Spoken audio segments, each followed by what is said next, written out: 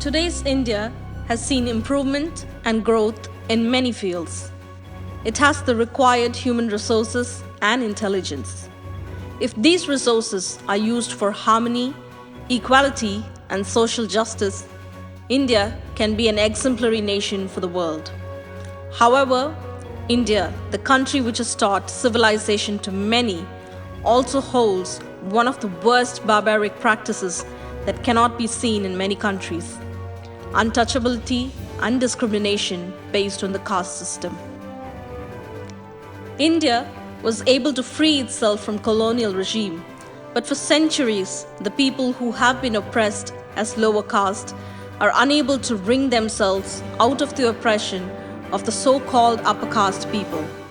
In other countries, discrimination has been in the form of difference of color and race, but India is one of the few nations which differentiates based on birth and social class or standing.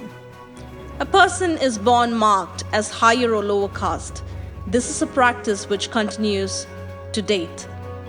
These injustices have left a large population oppressed without any sense of self-respect and with their humanity and humanness brought into question. History has long forgotten the innumerable human lives which have been destroyed by the injustice meted out to these people.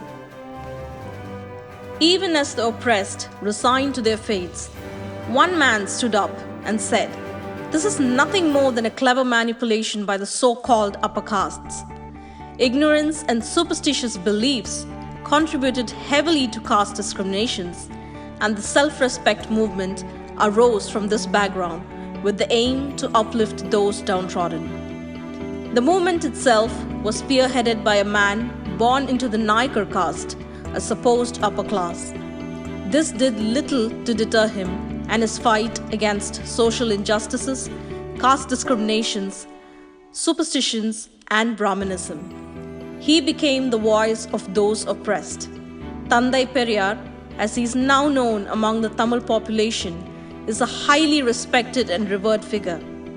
Born on the September 17, 1879 as E.V. Ramasamy to Venkatappa Naikar and Chinna Thayammal, Periyar is a native of Erode. Even with a privileged upbringing, Periyar pursued his education only for 3 years as he joined his father's business at a very young age. Even as his peers enjoyed their status and privilege that comes with being upper class, Periyar was always drawn to rationalism and social justice. This also marked the beginning for his social activities and community work.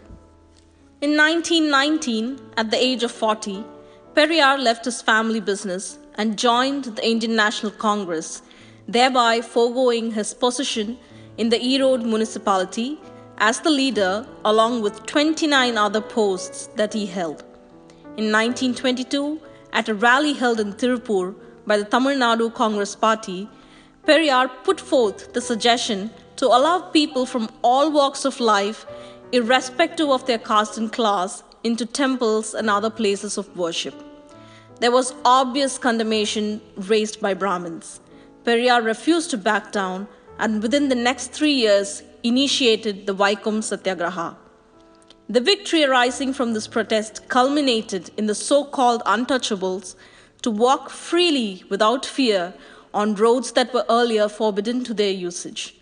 This protest is often cited as the first of its kind that looked to change India into the modern society it is now. From the time Periyar joined the Congress movement, he strove hard to abolish untouchability. Periyar realized that for social equality to be present, those from the backward communities must be uplifted by giving them reservation in education and power. Gandhi was staunchly against reservation, and Periyar had little choice than to leave Congress in 1925. In the same year, Periyar floated his hugely successful self-respect movement by which he is now identified and held in high honor. Superstitious practices and customs that forbade the growth of a nation irked Periyar. He implored the people of Tamil Nadu to drop these and urged them to marry without priests. Periyar emphasized on equality for women in all fields of work, encouraged intercaste marriages and widow remarriages in a time where it was unheard of. Periyar was keen to abolish the courtesan method that was followed in temples and rallied large support legally. He also vehemently decried child marriages. In part to his persistent efforts, reservation was brought into the government job sector for backward communities in 1928 by the Chennai government. In 1937, when Congress came to power in Chennai, Rajagopalachari, also known as Rajaji, enforced Hindi to be a compulsory language for higher secondary students. Under Periyar's strong opposition and leadership, a huge protest was arranged in 1938, which resulted in his imprisonment. It was during this time in jail when EVR was conferred the title Periyar. Upon his release from prison, Periyar was inclined to fight for a free Dravidian land. Around the same time, anti-Hindi protests were taking place. In 1940, January 21st, compulsory Hindi was removed from the syllabus by the government in Chennai. 1941 also marked another success for Periyar's tenacious struggles. The disgusting practice of serving food separately for Brahmins and untouchables in railway stations was banned. Periyar renamed the party as Dravida Kazhagam in 1944 and requested party recruits to remove the caste community prefixes and suffixes from their names. In 1948, a 70-year-old Periyar married Mani Ammai, who was all of 30 years. Many used this as an opportunity to leave Dravida Kazhagam and join Aringer Anna's leadership and become a part of Dravida Munnetra Kazhagam. In 1952, during his second term as chief minister, Rajaji announced a weird proposition that would allow children to pursue education during the morning hours and follow the family trade or business during the afternoon hours. Called Kula Kalvi Tittam or lineal education, this sought to reinforce caste hierarchy very slyly. Periyar was up in arms against this and dictated for this to be withdrawn. As a result of this ham-fisted attempt, Rajaji was forced to resign his position as Chief Minister of Tamil Nadu in 1954. Kamarajar, who came to power in the immediate aftermath, put an end to this proposal. Even as his age progressed, Periyar crusaded for social justice and equality.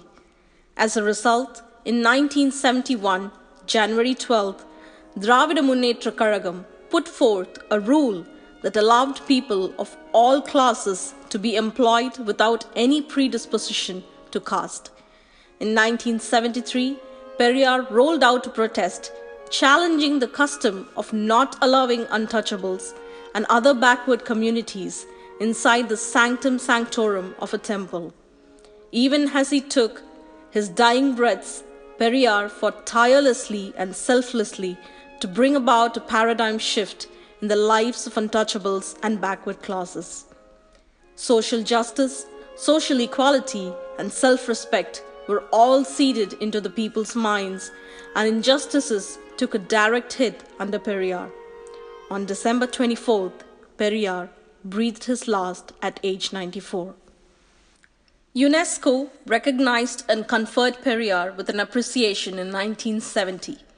The award that was conferred to him has the following words: "A new age messenger, Southeast Asia's Socrates, father of social reformation, an enemy to ignorance and superstition, a person who fits all of the above, Thanthai Periyar. For someone who has the ability to be fearless in his thoughts, for someone who respects the other even if they are his enemies, for someone who believes fairness must prevail. Beyond all this, for someone who has the courage to throw away superstitious beliefs, the world will always be in his hands."